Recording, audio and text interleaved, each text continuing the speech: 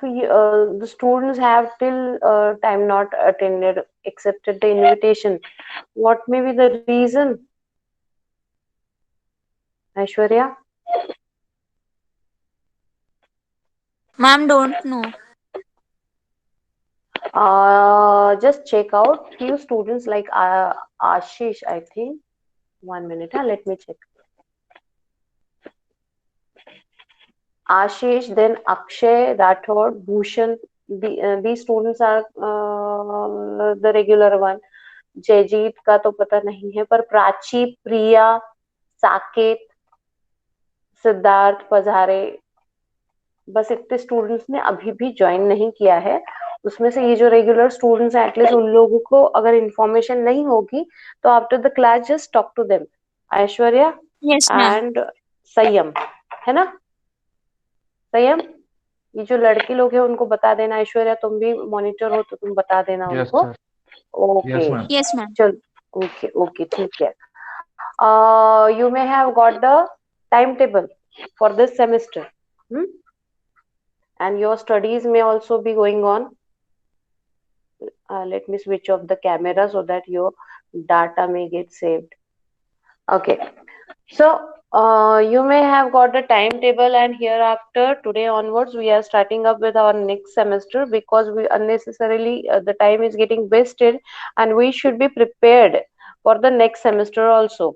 जो भी आपका पिछले सेमेस्टर का काम है या उसकी एग्जाम होनी है वो आपको कंटिन्यूअसली रखना ही है, वो अपन ने कंप्लीट कर चुके हैं। But for utilising the time for next semester we are starting up the session, क्योंकि एकेडमिक कैलेंडर जो है उस हिसाब से करना था।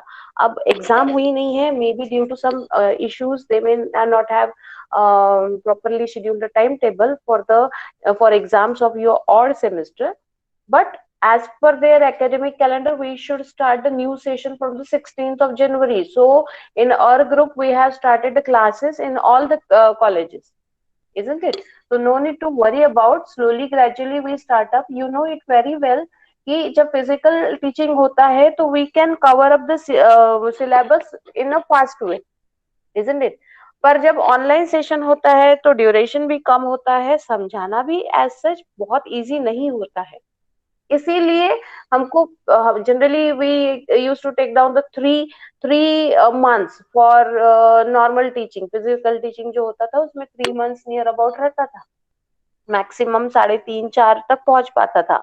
But in last session we have taken the classes for almost 5 months. 5 महीने तक हम लोगों ने पढ़ाई करी और तब कहीं जाके हमारा प्रॉपरली सिलेबस कंप्लीट हो पाया। तो अभी से हम लोग स्टार्ट होंगे, that will be good for you, isn't it? और फिर भी अगर आपको कोई प्रॉब्लम हो, इश्यूज हो तो आप हमसे बात कर सकते हो, isn't it? Okay. Do you have any doubt? You want to speak to me? You want to talk to me? You want to ask anything regarding the new session? What may be the strategy and all? अगर कुछ होगा तो बताइए, फिर अपन अपना syllabus वगैरह जो है उसको डिस्कस करते हैं। है किसी को कोई मैम प्रॉब्लम? ये पूरा सेमेस्टर हाँ ऑनलाइन होगा क्या?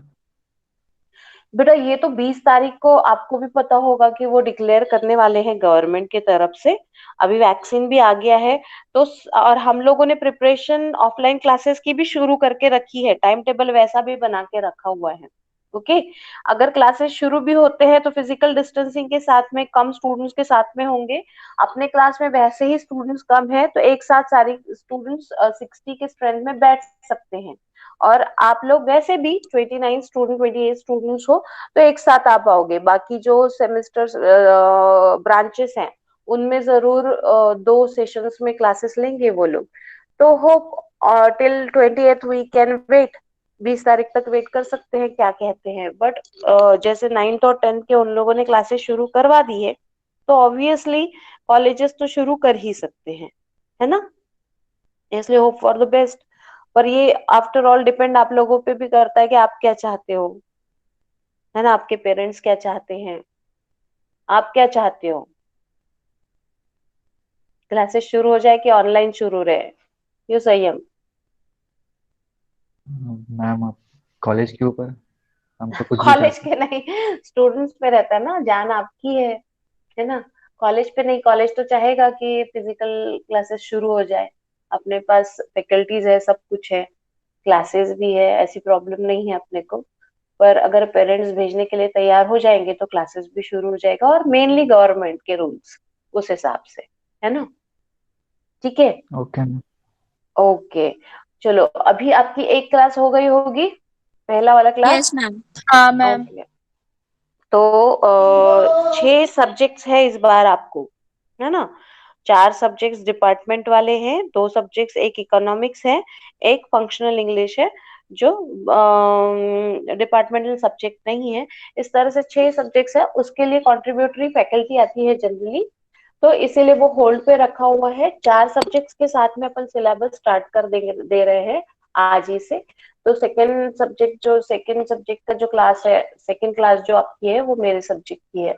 So I'll be teaching you that power electronics. So let me share the screen now. Hmm?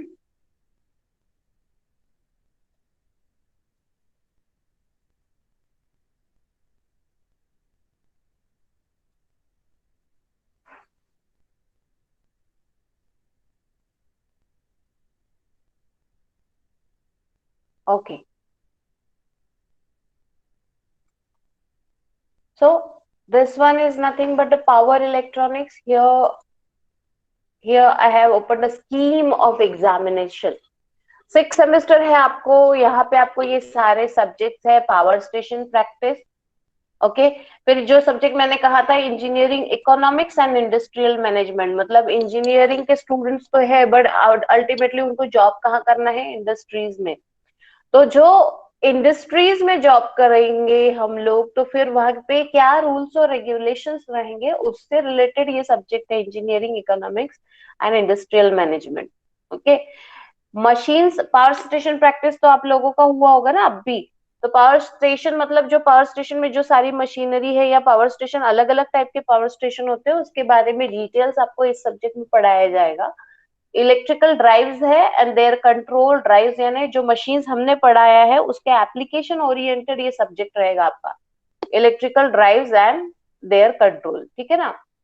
फिर आता है ये BEELE604T पावर इलेक्ट्रॉनिक्स। ये सब्जेक्ट है प्रैक्टिकल बेस्ड, ये सब्जेक्ट है। अभी तक हम लोग इलेक्ट्रिकल के सब्जेक्ट्स पढ़ते आ रहे हैं, अब इलेक्ट्रिकल और इलेक्ट्रॉनिक्स ये कंबाइन होके ऑटोमेशन हो पाया, ऑटोमेटिक चीजें एडवांसमेंट के तरफ जो हम लोग पहुंच पाए। अदरवाइज 420 400 केवी, 400 वोल्ट्स, 33 केवी 60, यानी ये केवीज में, वोल्ट्स में, इतने ज्यादा वोल्ट्स में हम लोग इलेक्ट्रिकल इंजीनियरिंग में बात करते हैं। और जब पावर इलेक्ट्रॉनिक्स हमारे लाइफ में आया, तो फिर पावर इलेक्ट्रॉनिक्स ने हमको इलेक्ट्रॉनिक्स से डील करना सिखाया। पावर जब इतना ज्यादा पावर डेवलप होता है, और जब हम लोग उसको सप्लाई देते हैं छोटे मोटे डिवाइसेस को, तो सब पैरेलल में लगे होते हैं। अगर एक छोटा सा बल्ब भी है, तो उसको वोल्टेज कितना दिया जाता है, 230 वोल्ट। ओके, सारे पैरेलल में लगे हुए, सीरीज में लगा हुआ। यहाँ पे हमारा सर्किटरी नहीं है घर में, हमारे यहाँ पे पैरेलल में सारे डिवाइसेस लगे हैं, मतलब वोल्टेज सबको सेम पहुंच रहा है, इजंट इट। अब वोल्टेज सबको सेम पहुंच रहा है, तो कितना कौन करंट लेता है, उस हिसाब से पावर फ्लो होता है। यानी power controlling was not that much easy previously with the pure electrical circuitry, क्योंकि वहां ट्रांसफॉर्मर है। ओके, अगर आपको वोल्टेज लेवल कम ज्यादा करना है तो ट्रांसफॉर्मर लगा रहेगा। ओके, तो ट्रांसफॉर्मर लगा रहेगा, उसका ऑपरेशन थोड़ा कॉम्प्लिकेटेड रहेगा, उसका कंट्रोलिंग कॉम्प्लिकेटेड रहेगा। तो फिर हम लोग आ जाते हैं पावर इलेक्ट्रॉनिक्स में। इलेक्ट्रॉनिक्स की सर्किटरी वर्क करती है 0 वोल्ट और 5 वोल्ट के बीच में, इतना कम वोल्टेज है। अब इतना कम वोल्टेज में काम करना है, मतलब छोटी, हम लोग आईसीज पे काम करते हैं आजकल, इंटीग्रेटेड सर्किट्स, उससे भी मिनी सर्किट्स में काम करते हैं। ओके, माइक्रो सर्किट्स में काम कर रहे हैं। इन सर्किटरी में हम अगर काम करेंगे तो हम हमारे प्योर इलेक्ट्रिकल से काम नहीं ले पाएंगे। हमको जो इलेक्ट्रॉनिक्स पार्ट है, इलेक्ट्रॉन पार्ट है, छोटे छोटा पार्ट है, उनसे डील करने आना चाहिए। तो एकदम आगे जाके एडवांस सर्किटरी हम नहीं पढ़ते हैं। इलेक्ट्रिकल ब्रांच आने के बाद में जब थर्ड और फोर्थ में हम प्योरली इलेक्ट्रिकल सब्जेक्ट्स पढ़ते जाते हैं, डीएलईसी आप पढ़ लिए हो जो इलेक्ट्रॉनिक्स से रिलेटेड है, इजंट इट? तो फिर इलेक्ट्रिकल वाला स्टूडेंट डाइवर्ट हो जाता है, इलेक्ट्रॉनिक्स के तरफ भी डाइवर्ट हो जाता है, मतलब पढ़ना शुरू कर देता है electrical application in a passage of electronics. Okay, तो फिर वो सब्जेक्ट आ जाता है आपका पावर इलेक्ट्रॉनिक्स। इसलिए देखो यहाँ पे पावर इलेक्ट्रॉनिक्स भी है, उसका एप्लीकेशन आप पढ़ते जाओगे तो उसका प्रैक्टिकल भी है। यहाँ पे आपको ये टीचिंग पूरा 5 ये फुल सिलेबस वाला आपका सब्जेक्ट है, वही आपका 80 मार्क्स का यूनिवर्सिटी एग्जामिनेशन, 20 मार्क्स का उसका इंटरनल एग्जामिनेशन, और मिनिमम मार्क्स वही है आपका 40 मार्क्स। फिर नेक्स्ट देखते हैं क्या आपको इसमें एक्चुअली पढ़ना है। ओके, फिर वही हमेशा जब भी कोई सब्जेक्ट लिया जाता है तो उस सब्जेक्ट को पढ़ के मिलेगा क्या आपके स्टूडेंट्स को, ये हमको जानना जरूरी होता है। तभी उसी हिसाब से हम लोग बच्चों को पढ़ाना शुरू करते हैं। तो ऑब्जेक्टिव्स होते हैं, कोई भी चीज आप करोगे तो उसके ऑब्जेक्टिव्स होते हैं, सीओ होते हैं, कोर्स आउटकम, क्या उसके आउटकम्स है। वो कोर्स आप पढ़ोगे तो उसके आउटकम क्या होंगे, क्या आपको मिलेगा, क्या आप स्टडी कर पाओगे, इजंट इट? तो उसके जो लर्निंग ऑब्जेक्टिव्स हैं उनमें ही आप देख सकते हो कि क्या है। To introduce students the basic theory of power semiconductor devices. आपने सेमीकंडक्टर डिवाइसेस पढ़े है ना? याद है आप लोगों को सेमीकंडक्टर डिवाइसेस क्या होते थे? सेमीकंडक्टर क्या एप्लीकेशन जानते हो सेमीकंडक्टर डिवाइसेस के? कोई भी अगर किसी को याद होगा तो। हाँ Saurabh,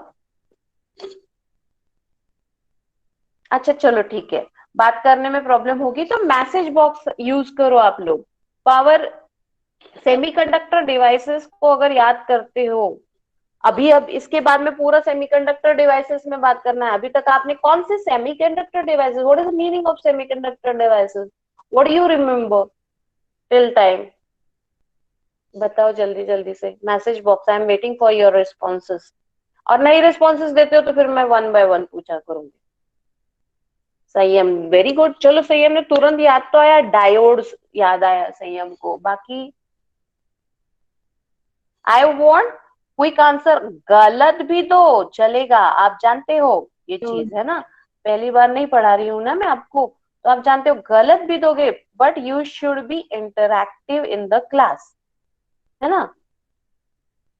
rectifier, very nice, Bhushan ने रेक्टिफायर बोला हुआ है। किसी को पता है रेक्टिफायर मतलब क्या था? रेक्टिफायर में कौन सा डायोड यूज किया था? नहीं ना बेटा उज्ज्वला, ट्रांसफार्मर कहाँ पढ़े थे अपन ने, सेमीकंडक्टर कहाँ है ट्रांसफार्मर, कोई लिंक नहीं है ट्रांसफार्मर का। क्या सोच के, ट्रांजिस्टर, ट्रांजिस्टर, हाँ बोलो उज्ज्वला, क्या कहना चाह रही थी? चलो, इंटीग्रेटेड सर्किट्स, इंटीग्रेटेड मतलब जो इंटीग्रेटेड नाम है उसका इंटीग्रेटेड, यानी ये जो सब सर्किटरी है, जैसे अब उज्ज्वला चाह रही है ट्रांसफॉर्मर, यानी छोटे छोटे सीटी पीटी ये सब छोटे छोटे सर्किटरी का पार्ट इंटीग्रेशन किया है उसका। ओके, मतलब आपके छोटे छोटे आईसी है, सारी सारी मिनी आईसीज है, पर वो काम बहुत बड़ा बड़ा हो रहा है आपके यहाँ। तो ये सारी आईसी में आपका सारा बड़ा कॉम्प्लिकेटेड सर्किटरी, इलेक्ट्रिकल सर्किटरी एक छोटा मिनिएचर छोटा सा पोर्शन बन जाता है, छोटा सा सर्किट बन जाता है, और काम उतना ही देगा। जो बड़ा सर्किट था, जो ज्यादा टाइम लेता था, ज्यादा कॉम्प्लिकेटेड होता था, ओके, उसी को एक छोटे, ठीक है बेटा कोई बात नहीं, ट्रांजिस्टर समझ में आया मुझे कि ट्रांजिस्टर बोलना चाह रही थी। ओके चलो ठीक। तो इन इंटीग्रेटेड सर्किट में हम लोगों को वही इन सर्किट्स को इंक्लूड कराना है। पर यहाँ पे हम पावर इलेक्ट्रॉनिक्स में क्या पढ़ते हैं मेनली, वही उन्होंने लर्निंग ऑब्जेक्टिव में, मतलब कोर्स आउटकम जो है, सीओ जो है इसका, उसमें क्या लिखा है? To introduce the students the basic theory of power semiconductor devices. जैसे ये बच्चों ने बोला संयम ने कहा डायोड, फिर ट्रायोड भी था, है ना। तो डायोड, ट्रायोड वगैरह ये जो सेमीकंडक्टर डिवाइसेस हैं उनको पावर कंट्रोलिंग के लिए यूज कैसे किया जाए, कैसे किया जाए। अब हम क्या कह रहे हैं, पावर फ्लो इजीली कंट्रोल हो पा रहा है इन सेमीकंडक्टर डिवाइसेस की किसी पर्टिकुलर प्रॉपर्टी की वजह से। सेमीकंडक्टर डिवाइसेस, एक बात बताओ आप, यूनिलैटरल है कि बायलैटरल है? What is the meaning of unilateral and bilateral? One directional है और बाय डायरेक्शनल है। बताओ मैसेज बॉक्स में, कोई एक आंसर होगा ना, या आप बोलोगे बाय डायरेक्शनल सोचते होंगे या वन डायरेक्शनल होगा, यूनिलैटरल होगा या बायलैटरल होगा। क्या होता है यूनिलैटरल एंड बायलैटरल? जल्दी जल्दी बताओ। यूनिलैटरल, संयम, क्या होता है यूनिलैटरल मतलब? एक तीन वर्ड्स में इसकी डेफिनेशन आती है, ओके। तीन वर्ड्स में डेफिनेशन आती है बस। What is the meaning of unilateral? देखो आपके पास मोबाइल है, आप हम लोग Unilateral online means teaching only कर, one direction. वेरी गुड बेटा Yamini, it conducts only in one direction, okay. One direction में कंडक्ट होता है। और फिर चलो ठीक है, यूनिलैटरल के मेरे को एग्जांपल्स बताओ जल्दी जल्दी, जिनको पता होगा राइट द एग्जांपल्स। यूनिलैटरल कौन से होंगे यूनिलैटरल?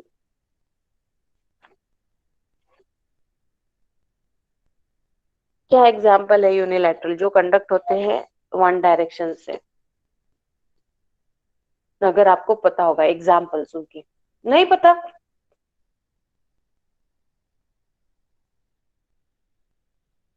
बताओ। संयम, जो आंसर पहले दिया था वही तो आंसर है ना आपका। डायोड यूनिलैटरल है कि बायलैटरल? Diode transistor. हाँ डायोड है, ट्रांजिस्टर डायोड है। ट्रांजिस्टर। वेरी गुड, प्राची वही लिख रही है। डायोड है, ट्रांजिस्टर है। फिर उसके बाद में वैक्यूम ट्यूब भी होता है बेटा, मैंने आपको मेजरमेंट में पढ़ाया था ना।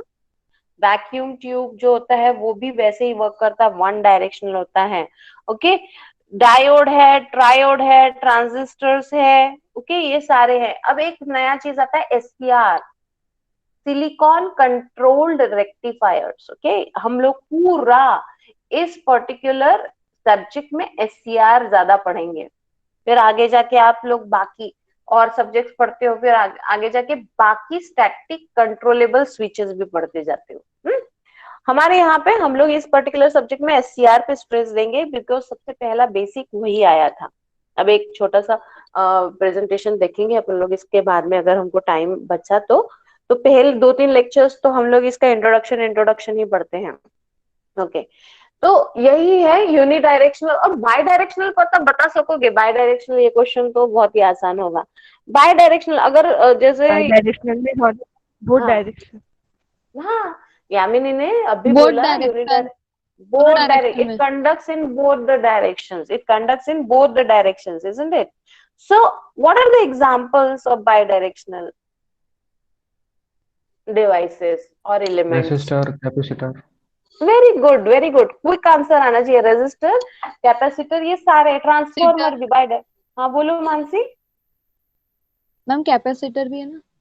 हाँ ना, उसने रेजिस्टर बोला और क्या बोला, बोला था उसने भी, रेजिस्टर, कैपेसिटर। कैपेसिटर। हाँ, ये सारे जो है वो क्या है, आप लोगों ने नेटवर्क का जो थ्योरम्स पढ़े थे उसमें वही बोला था, in a linear bilateral network. जो नेटवर्क के थ्योरम्स है वो कौन से सर्किट को एप्लीकेबल रहते थे? In a linear bilateral network, ऐसे लिखते थे ना। लीनियर मतलब जिसमें voltage is directly proportional to current था। बायलैटरल मतलब ऐसे डिवाइसेस हो उस सर्किटरी में जहां पे बायलैटरल डिवाइसेस लगे होंगे, मतलब रेजिस्टेंस, कैपेसिटर एक्सेट्रा, वहां पे फिर डायोड ट्रायोड लगे होंगे, तो वहां वो जो आपके थ्योरम्स है वो एप्लीकेबल नहीं थे, इजंट इट? क्योंकि वो इलेक्ट्रिकल के थ्योरम्स है, तो इलेक्ट्रिकल सर्किटरी जो है उसी में वो एप्लीकेबल है। ये इलेक्ट्रॉनिक्स, पावर इलेक्ट्रॉनिक्स वाली सर्किटरी है जो यूनिलैटरल है, वन डायरेक्शन में कंडक्ट होते हैं। ऐसे सर्किटरी में ऐसे एलिमेंट जिसमें है, उस सर्किट को लीनियर क्या बोला जाएगा, that is unilateral, not a bilateral circuit. तो यूनिलैटरल सर्किट में वो जो आपने थियरम नेटवर्क में पढ़े वो एप्लीकेबल नहीं रहेंगे, ऐसे उनके स्टेटमेंट्स के हिसाब से बोला जा रहा है, isn't it? So here we will be learning the devices like this, power semiconductor devices and their practical applications in power electronics। उनके जो applications पार्ट है, अब देखते हैं हम लोग क्या क्या उसके applications रहते हैं करके। ओके फिर उसके बाद में to familiarise the operation principle of, अब सबसे पहले रेक्टिफायर बोल रहे हैं। रेक्टिफायर मतलब जैसे नाम है उसका, रेक्टिफाई करता है। ओके रेक्टिफाई करना मतलब क्या, सॉल्व आउट करना, सॉल्व करना, प्रॉब्लम सॉल्व करना, रेक्टिफाई करना। रेक्टिफाई मतलब सिलेक्ट करना, ऐसे भी बोल सकते हैं हम लोग। तो जो आपका सर्किटरी है, एसी को डीसी और डीसी को एसी, ये कन्वर्ट करना आना चाहिए उसको। आप जो है एसी पे काम कर रहे हो, आप डीसी सर्किट पढ़ा आपने, एसी सर्किट पढ़ा, पर हमको एसी से एसी सप्लाई लिया हुआ है और हमारा जो सर्किटरी है वो सर्किटरी कैसा सप्लाई लेता है, that is taking you DC, DC supply देते हैं। तो फिर वहां पे क्या लगाया जाता है, एडाप्टर लगाया जाता है, isn't it? बैटरी लगाई है ना आपके मोबाइल में, आपके मोबाइल में बैटरी लगी होती है ना, बैटरी एसी होती है कि डीसी होती है, डीसी।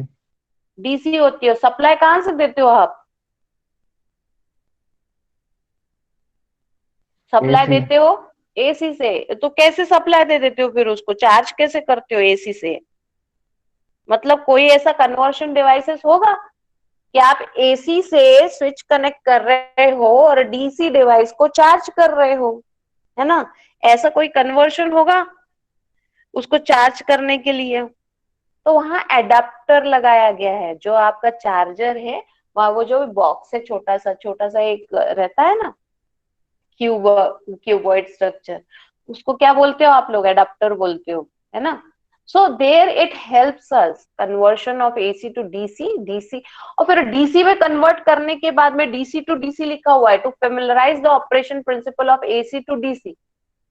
एसी को डीसी में कन्वर्ट कर लो, फिर डीसी को अपने रिक्वायर्ड डीसी के फॉर्म में लेके आओ, कम या ज्यादा। ओके कम या ज्यादा, जैसे अपनी रिक्वायरमेंट है। डीसी में कन्वर्ट तो कर दिया, पर हो सकता है डीसी में कन्वर्ट करने के बाद में वेवफॉर्म्स गलत आए, वेवफॉर्म्स प्रॉपर नहीं आए डीसी में, तो उसको अपने लेवल से मैच करवाओ। ये डीसी टू डीसी कन्वर्शन होता है, रेगुलराइजेशन होता है। फिर डीसी से एसी कन्वर्शन में आना चाहिए, अगर डीसी सप्लाई लिया हुआ है तो उसको एसी में कन्वर्ट करना आना चाहिए। पर जनरली क्या होता है, एसी टू डीसी एप्लीकेशन हम लोग इसमें ज्यादा पढ़ते हैं। ओके तो to familiarise the operation principle of ये तीन जो स्टेजेस है, DC to AC, AC to DC and DC to DC, ये कन्वर्शन हम लोगों को सबसे ज्यादा जरूरी इसीलिए होता है कि जैसे पावर स्टेशन प्रैक्टिस में आप पढ़ रहे हो, तो जो नॉर्मल कन्वेंशनल प्लांट्स है वो तो आपके एसी जनरेट करा के दे रहे हैं, पर जो रिन्यूएबल प्लांट्स है जैसे विंड जनरेशन, विंड जनरेशन भी आपको एसी जनरेट करा के देगा। पर जो आपका सोलर जनरेशन है, फ्यूल सेल है, फिर उसके बाद में वे टाइडल जनरेशन है, ये सब जनरेशन टाइडल जनरेशन में भी एसी जनरेट करा के देता है। तो ऐसे मैक्सिमम रिन्यूएबल जनरेशन जो होता है वो किसमें होता है, डीसी में। तो जो डीसी जनरेशन आपको मिलता है, वो डीसी वैल्यू से जो आउटपुट मिलता है, that is not in a regularised,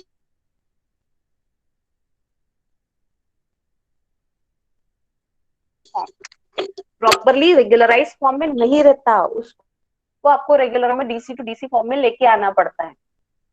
फिर उस डीसी को फिर आपको क्या, फिर उस डीसी को आपको नॉर्मल आपके घर के एप्लीकेशन, अगर घर में सोलर सप्लाई दिया हुआ होगा ना, बहुत लोग आजकल 1 किलोवाट 5 किलोवाट का जो है सोलर सप्लाई अपने घर में इंस्टॉल कराते हैं, उससे आपकी इलेक्ट्रिसिटी चलवाते हैं। पर घर में तो एसी सप्लाई है, मतलब वहां जरूरत क्या पड़ेगी आपको, एक तो जो जनरेशन हो रहा है उस सोलर में जो डीसी सप्लाई जनरेट हो रहा होगा वो इंटरमिटेंट होगा, क्योंकि कंटिन्यूसली सन जो है बांधा हुआ नहीं है कि मेरे को इतने वोल्ट का सप्लाई चाहिए तो हमेशा उतने ही रेडिएशन दे, है ना।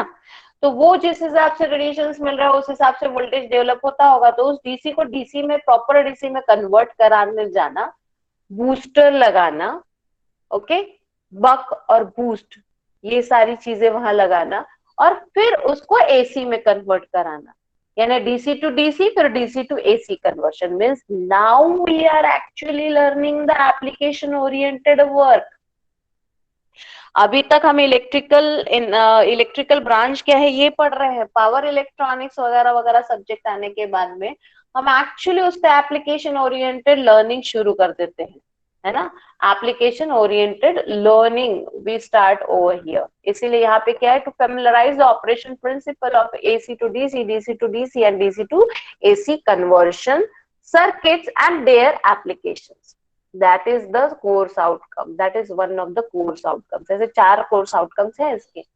फिर उसके बाद में टू प्रोवाइड द बेसिक, इसमें पूरी स्टडी है, बेसिक स्टडी रहेगी, और एक्चुअल बहुत ही इंटरेस्टिंग सा सब्जेक्ट है ये। जैसे मशीन्स एक सब्जेक्ट था, that is quite interesting one. This power electronics is also very nice subject. So to provide the basis for further study of power electronic circuits and system. मैंने आपको कहा कि यहाँ पे आप लोग क्या करते हो, बेसिक इलेक्ट्रिकल जो आपने पढ़ा है, सारे इलेक्ट्रिकल के जो सब्जेक्ट्स पढ़े हो, उसके बाद में अब एडवांसमेंट्स में हम जाएंगे। बहुत सालों पहले ये सब्जेक्ट्स डिजाइन हुए थे, कोर सब्जेक्ट्स। उन कोर सब्जेक्ट्स के कई ज्यादा आगे अभी इंडस्ट्रीज, अभी पूरा वर्ल्ड लेवल पे हम पहुंच गए हैं। उन एप्लीकेशंस को लर्न करना है तो स्लोली ग्रेजुअली टर्न होना पड़ेगा हमको इन मिनी माइक्रो डिवाइसेस को ऑपरेट करने वाली स्ट्रेटजीज की तरफ। इसलिए पावर इलेक्ट्रॉनिक्स वो फर्स्ट स्टेप आता है आपका। फिर ऑब्वियसली आपको यहाँ पे उसके बेसिक्स ही पढ़ने होंगे। इसलिए इस सब्जेक्ट में, इस पर्टिकुलर 6 सेमेस्टर में ये सब्जेक्ट आपको प्रोवाइड करता है basis for further study of power electronic circuits and systems, isn't it. इसलिए इसको डिटेल में देखा जाएगा। एक बार आप ये सब्जेक्ट पढ़ लोगे तो क्या पढ़ लिया जाएगा, क्या आउटकम रहेगा फिर उसका, कि student will successfully fulfill the course requirements and he will be able to understand the basic operation of various, सारे बहुत सारे डिवाइसेस है इसमें, इनमें सबकी basic basic idea introductory portion आपको बताया जाएगा। अब भी जैसे मैंने आपको कहा, तो आपने बताया, ये तो सही बताया मुझे कि यूनिलैटरल बायलैटरल क्या होता है, पर कौन सी यूनिलैटरल है कौन से बायलैटरल है बताने जाने लगे तो बस डायोड एक बताया, एक ट्रांजिस्टर बताया।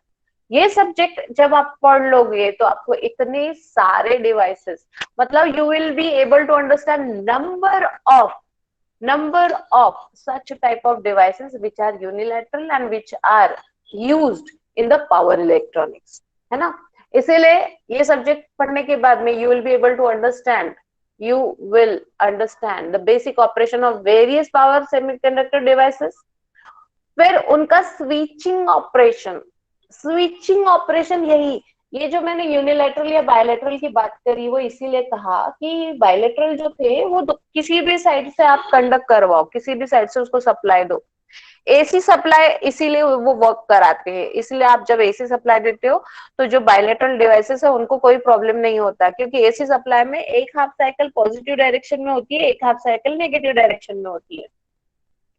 पर यही एसी सप्लाई जब आप यूनिलैटरल डिवाइस को देते हो तो जब पॉजिटिव सप्लाई चल रहा होता है तो वो कंडक्ट होता है, और जहां नेगेटिव वेवफॉर्म आती है तो वो कंडक्ट नहीं हो पाता। That time it blocks that negative waveform. Negative waveform को उसने ब्लॉक कर लिया। अभी यहीं पे इसका मेन एम आता है, देखो कितना प्यारा है। हमने क्या कहा, यूनिलैटरल डिवाइसेस हमने यूज करे तो वो बस कंडक्ट किसको कराएगा, पॉजिटिव वेवफॉर्म को, नेगेटिव वेवफॉर्म को वो ब्लॉक कर देता है।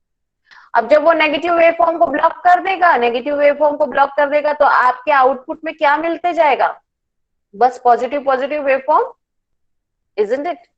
पॉजिटिव वेवफॉर्म आपको मिलती जाएगी। पॉजिटिव वेवफॉर्म मिलते जाना मतलब एक ही डायरेक्शन में आपको वोल्टेज मिल रहा है। एक ही डायरेक्शन में वोल्टेज मिलेगा तो उसको आप एसी कहोगे क्या, वो क्या बन जाएगा, डीसी, है ना। आप कट कर दो नेगेटिव वेवफॉर्म्स पूरे एसी साइकिल में से, जो लोअर मोस्ट यहाँ पे देखते हैं हम लोग,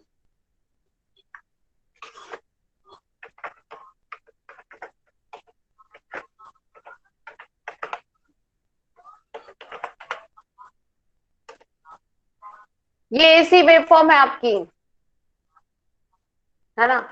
this is your basic AC waveform. ये वेवफॉर्म दिख रही है आपको?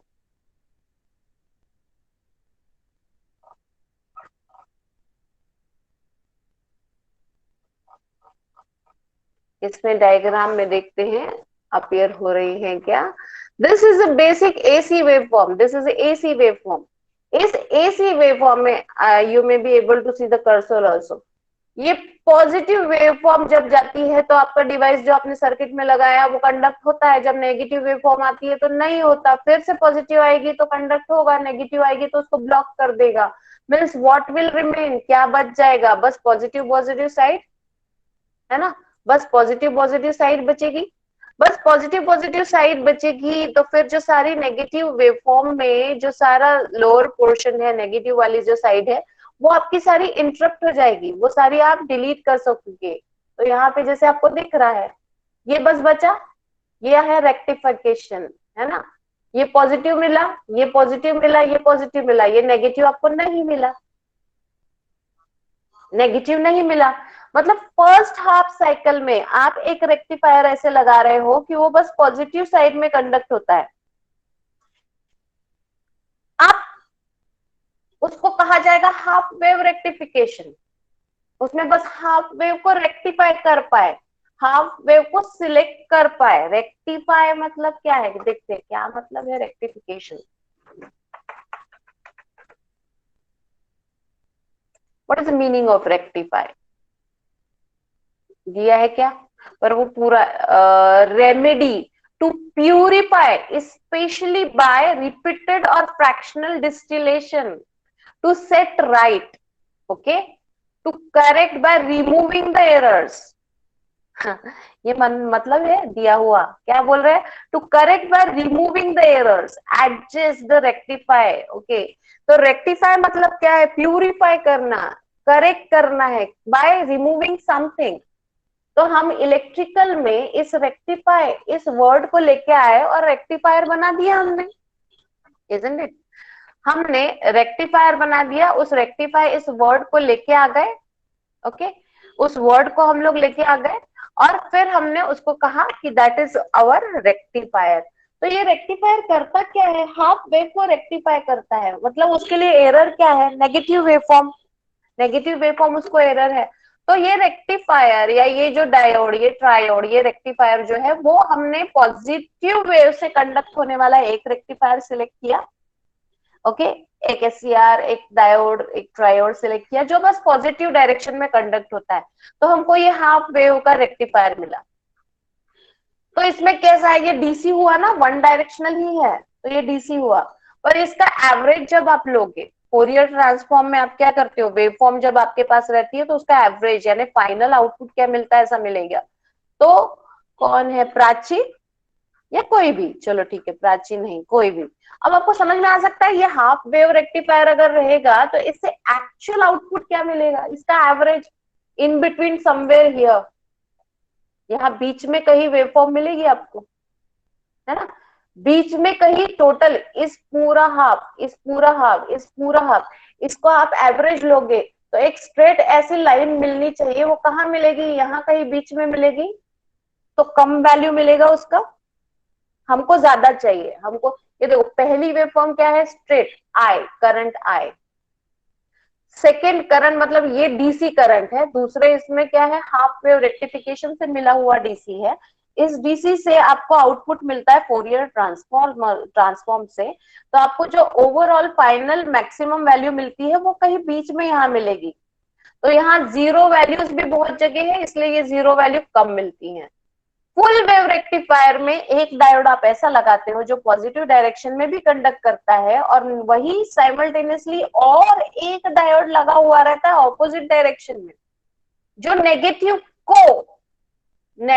को कंडक्ट कराएगा। अब नेगेटिव को भी वो कंडक्ट कराएगा तो वो पॉजिटिव डायरेक्शन में अपीयर होगी और आपको पूरी वेवफॉर्म पॉजिटिव डायरेक्शन में ही मिलेगी, कंडक्ट होता हुआ। अब ये कैसे होता है ये अपने को इतने से नहीं समझ में आएगा, ये तो हमको आगे जाके सब्जेक्ट्स में पढ़ना पड़ेगा, हाउ इट इज पॉसिबल। कि दो आपने ऐसे डिवाइसेस लगाए तो आपको ये पूरी वेवफॉर्म पॉजिटिव डायरेक्शन में मिली, मतलब डीसी मिला। ये सेकंड नंबर की जो वेवफॉर्म दिख रही है इसका एवरेज ज्यादा रहेगा कि ये थर्ड नंबर की वेवफॉर्म दिख रही है उसका एवरेज ज्यादा रहेगा? बताना जरा कोई भी, या फिर मैसेज बॉक्स में लिखो किसका एवरेज ज्यादा रहेगा, सेकंड का कि थर्ड का? सो गए क्या रे? थर्ड। हाँ ऑब्वियसली थर्ड का, ठीक है, third. Obviously very good, third का रहेगा। यानी यही हेल्प करता है हाफ वेव और फुल वेव रेक्टिफिकेशन। तो अगर आपको डीसी बढ़ा के चाहिए है तो आप फुल वेव पे जाओगे, कम डीसी से काम चलता है तो हाफ वेव रेक्टिफायर से काम चलता जाएगा। So this is what the power electronics, this is what we will be learning over here in this particular subject. Understand?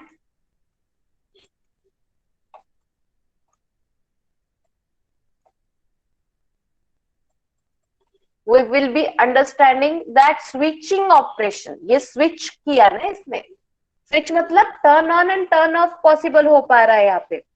Turn on और टर्न ऑफ हुआ तो पॉजिटिव साइड में आप टर्न ऑन हुए तो पॉजिटिव वेवफॉर्म मिला, negative wave जैसी ही गई तो ऑफ हो गया, मतलब स्विच हो रहा है ना, it is behaving like a switch. और ये स्विचिंग ऑपरेशन होने की वजह से ही power controlling is made easy because of this switches. ये स्विचेस लगे रहते हैं इसीलिए पावर कंट्रोलिंग इजी हो गया है। अब इसमें आप इसका डिजाइन पढ़ सकते हो, पढ़ लिए रहोगे जब ये सब्जेक्ट पढ़ोगे, that will be your outcome. AC to DC rectifier circuit पढ़ोगे, DC to DC converter circuit पढ़ोगे, DC to AC inverter circuit पढ़ोगे, उसको एनालाइज करना पड़ जाओ सीख लोगे।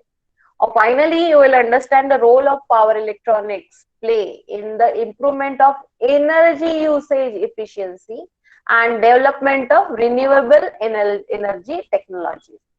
आया ध्यान में? अब भी मैंने आपको कहा था कि रिन्यूएबल जो टेक्नोलॉजीज हैं उनकी तरफ हम ज्यादा बढ़ रहे हैं, क्योंकि जो नॉन रिन्यूएबल स्ट्रक्चर्स थे, जो कोल वगैरह पे हम डिपेंडेंसी थी, ट्रेडिशनल हमारा पावर प्लांट्स थे, उनके जो रिसोर्सेस है वो डिप्लेटिंग है, डे बाय डे खत्म होते जा रहे हैं, है ना? इसीलिए और उनकी वजह से पोल्यूशन भी ज्यादा क्रिएट होता है, तो हम रिन्यूएबल की तरफ स्विच हो गए हैं बहुत पहले से। अब उसमें एडवांसमेंट चाहते हैं, पर रिन्यूएबल का ड्रॉबैक क्या है कि वो कंटिन्यूस सप्लाई नहीं दे पाते, इंटरमिनेंट और फिर नेचर डिपेंडेंट रहेगा। विंड भी जनरेशन कैसा होगा, विंड की जितनी वेलोसिटी है उस हिसाब से आपको आउटपुट मिलेगा। तो फिर हम लोग हमारे पावर इलेक्ट्रॉनिक्स की हेल्प लेते हैं, ठीक है भैया आप थोड़ा थोड़ा कम ज्यादा वोल्टेज जनरेट करके दो, हम बुक बस्ट वगैरह लगा के जो है कन्वर्टर इन्वर्टर वगैरह सब स्ट्रक्चर लगा के, जो कंट्रोलिंग डिवाइसेस है, जो पावर इलेक्ट्रॉनिक्स है, उनको लगा के हमारा पावर जो है हमारे रिक्वायरमेंट के हिसाब से चेंज कर लेंगे। And that is how we are able to use highly unpredictable supply sources like solar, wind, etc. in a very precise, very nice manner, just because of these devices, power electronics devices. इसलिए जब भी अब आप देखोगे कि solar supply आपका जो block diagram बनता है तो वहां पे हमेशा क्या आता है, पावर कंडीशनिंग। पावर कंडीशनिंग मतलब क्या है, आपके कंडीशन के हिसाब से पावर को आप कम या ज्यादा करो, अटेन्यूएट करो या फिर एम्पलीफाई करो। ओके, तो ये जो अटेन्यूएशन या एम्पलीफिकेशन है, पावर कंडीशनिंग करते हैं। तो जब भी आपका रिन्यूएबल सप्लाई आएगा तो सोलर सप्लाई, उसके बाद में पावर कंडीशनिंग यूनिट, और फिर आपका लोड लगा रहेगा। ओके, तो ये बेसिक ब्रॉड ब्लॉक डायग्राम बनेगी। तो यही जो ब्लॉक डायग्राम होती है उसमें जो पावर कंडीशनिंग यूनिट होता है वो होता है पावर इलेक्ट्रॉनिक सर्किटरी, जो आपके एसी इंटरमिनेंट अनप्रिडिक्टेबल अनरेगुलर टाइप के सप्लाई को, आपके लोड को एक प्योर फॉर्म में, रिक्वायर्ड फॉर्म में कन्वर्ट या कंडीशनिंग करके देता है। Okay, so that time, that will be your outcome, that you will understand the role of power electronics play in the improvement of energy usage efficiency, उसकी efficiency बढ़ाना, and development of renewable energy technology। 6 units है, मैंने आपको कहा था silicon controlled rectifier, ये base है इस पर्टिकुलर सब्जेक्ट का। Okay, so SCR and it's characteristics you will be learning. Okay, चलो इसमें सबसे पहले जब आप इसको पढ़ना चाहोगे तो एक भीमरा की बुक है, फिर एक power electronic circuits devices and applications, MH Rashid की एक बुक है, उस बुक को आप रेफर कर सकते हो। यहाँ पे आपके सिलेबस में दिए हुए है PC सेन, ये एक अच्छी बुक है। खानचंदानी की बुक, ये भी अच्छी बुक है। मतलब इन सब में से जिसकी लैंग्वेज आपको आसान लगे, हर किसी का समझने का तरीका अलग रहता है। खानचंदानी की बुक में वाइड कवरेज दिया हुआ है, बहुत अच्छे से सारे एक्सप्लेनेशन है, तो that book you can refer. Then MH Rashid की बुक भी वाइडली यूज की जाती है, तो ये भी एक you can switch over to that. आजकल तो ई बुक्स भी अवेलेबल है और हम लोग आपको वैसे भी अवेलेबल करा के देंगे। इनमें से जो बुक अवेलेबल होगी I will provide you in your classroom. Okay, so this is what about nothing but the learning of this particular subject. तो इसमें जो 6 यूनिट्स है, इसमें हम लोगों ने पढ़ा कि हमको ये सारी चीजें पढ़नी है। तो पहला यूनिट आएगा आपका SCR एंड इट्स कैरेक्टरिस्टिक्स। पूरा सिलेबस कितने आवर्स का ये होना चाहिए, ये मेंशन है आपके सिलेबस में ही। 10 आवर्स नियर अबाउट लगते हैं, आप देख सकते हो। इसमें ये DC चॉपर, पहला SCR है, SCR, फिर स्टैटिक कंट्रोल स्विचेस, ये सेकेंड यूनिट में जैसे मैंने आपको कहा था कि ये सारे पावर कंडक्टर डिवाइसेस है। Understand basic operation of various power semiconductor devices, ये सारे डिवाइसेस यहाँ पे सेकेंड यूनिट में मिलते हैं। कैरेक्टरिस्टिक्स इसमें बस है, उसके बारे में आप एक्सप्लेन करो। Characteristics and working of MOSFET, gate turn off thyristor and insulated gate bipolar transistor etcetera etcetera, ये सारी चीजें यहाँ पे दी हुई हैं। इसमें हम इन सारे डिवाइसेस को पढ़ते हैं, उनकी कैरेक्टरिस्टिक्स पढ़ते हैं। अगर हमको उनकी कैरेक्टरिस्टिक्स पता है तो हम अपने एप्लीकेशन के हिसाब से उनको सिलेक्ट कर सकते हैं, है ना। एप्लीकेशंस के हिसाब से उनको हम लोग सिलेक्ट कर सकते हैं। तो यहाँ पे यही वाला रहेगा सेकेंड यूनिट में। फिर थर्ड यूनिट, 1 मिनट है, जो थर्ड यूनिट है उस थर्ड यूनिट में आप लोग लीनियर कम्यूटेटेड कन्वर्टर्स, यहाँ कम्यूटेशन के, working of single pulse converter, 2 pulse mid point, यहाँ एक्चुअली कन्वर्टर्स आप पढ़ते हो। इन्वर्टर और कन्वर्टर ये दोनों चीजें हमको पढ़ना है। जैसे कन्वर्टर होता है एग्जैक्टली ऑपोजिट साइड में, ऑपोजिट वे से वर्किंग होता है इन्वर्टर का। तो यहाँ थर्ड यूनिट में आप सारे कन्वर्टर्स पढ़ते हो। और फिर 6th यूनिट जहां आता है, एग्जैक्टली आपकी जो आपने माइंड सेटिंग करके रखा है कि कन्वर्टर ऐसा वर्क करता है, उसको थोड़ा स्टॉप करके एग्जैक्टली ऑपोजिट डायरेक्शन में आपको लर्न करना पड़ता है 6th यूनिट में, इन्वर्टर। जो कन्वर्टर है, जो कन्वर्टर है, इन्वर्टर आपने घर पे भी लगाया होगा ना, आप लोगों के, कई लोगों के घर में इन्वर्टर होगा। तो इन्वर्टर क्या काम करता है, आप बता सकोगे क्या? क्या करते हो आप? इन्वर्टर मतलब क्यों लिया आपने, क्या वर्किंग है उसका, जानते भी हो क्या? मैसेज बॉक्स में लिखो।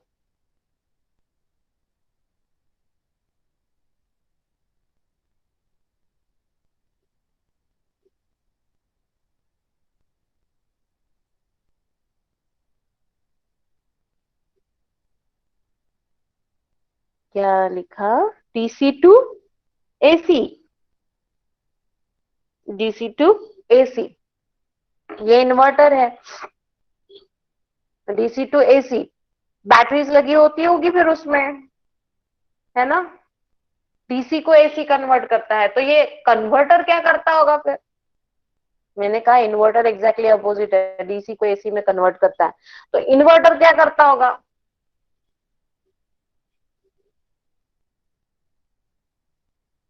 ऑब्वियसली कन्वर्टर क्या करता होगा?